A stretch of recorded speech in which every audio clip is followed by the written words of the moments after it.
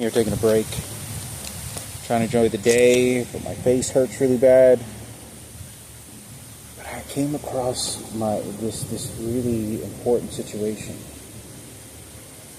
and I want to say I'm like even shooting this up to about 80%.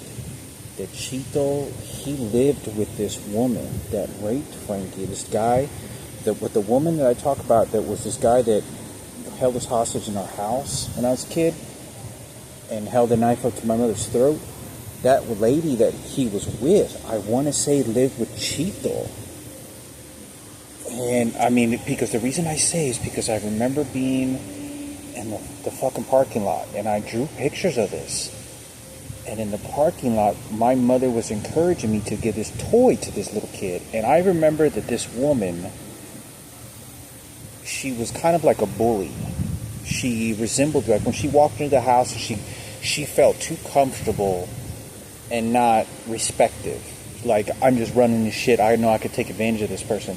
Because the behavior already of telling a grown man like that, to say, like, and pointing over there, is already a resemblance in somebody that's very dark mentally and wants to be very dominant. And the reason I say this is because I remember, I know this is so fucked up. I saw my mother and we're in the parking lot, and Chito, I don't know if he went back into the house, but this lady came out and she was talking to my mother for a long time.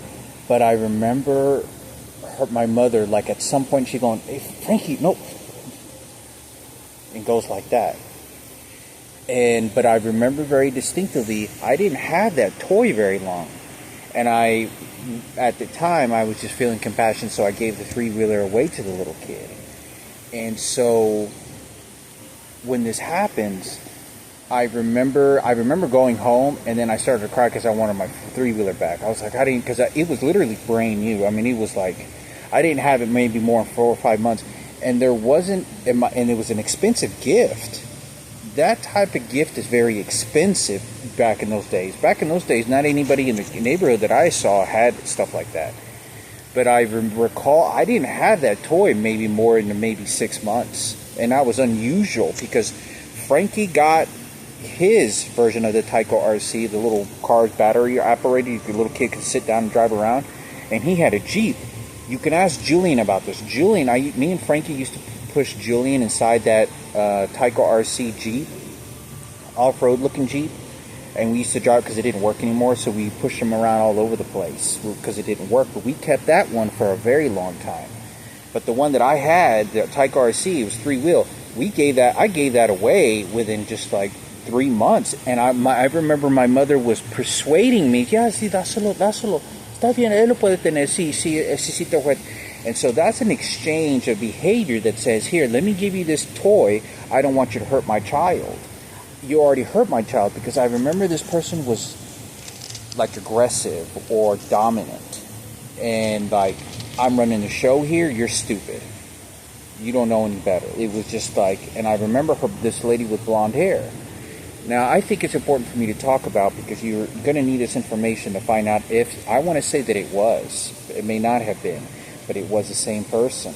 This person was literally scoping out shit, like very confronting, scoping out the shit to see what they could take. But I want to say this very distinctly. I want to say that this is the person that may have given the clock to our home. The clock that we had, my mother still has probably, that we had in our house. We had it for 30 years. This is the clock, I think, that, because I remember her changing out the batteries at the back of it. That I do remember. But you have to understand that my mother, I remember very distinctively, my mother, she said, she looked over at Frankie, she goes, "Frankie," she goes like that. And she goes, "Oh, no, Frankie," because I know my mother's fear. Like, when she engaged in this type of fear, her body language and how she expressed it was very concealing and very, like, it's not the same way that I think these psychologists are going to be able to determine this, because there's no money, there's no security, there's no police. They're very educated, dominant, and you have to stay secure, because if you don't, you lose what you have and nobody's going to come and save you. But I remember very distinctly, if you find out where this person, if this is Chito's girlfriend, you'll find out. You'll be able to track it down. So you'll have to be able to do the diagram and the mapping of this. and you'll get your answers that you need. That's bingo. Bingo, I'm telling you. She gave that up because I feel very confident about this. She gave that up because she never did this. She never persuaded for me to give gifts to little kid in that particular way. It was brand new. She felt that she was like, because the kid was poor, it was a white kid, I remember. And I remember feeling sorry for him. And we put her on the back of the truck. And my mother was like, oh, no, sí lo puedes dar, mira, no tiene juguetes. And so the individual that was there in a circle of us was there. So this is why my mother then becomes surrendered. Because remember, she's willing to do this to Frankie.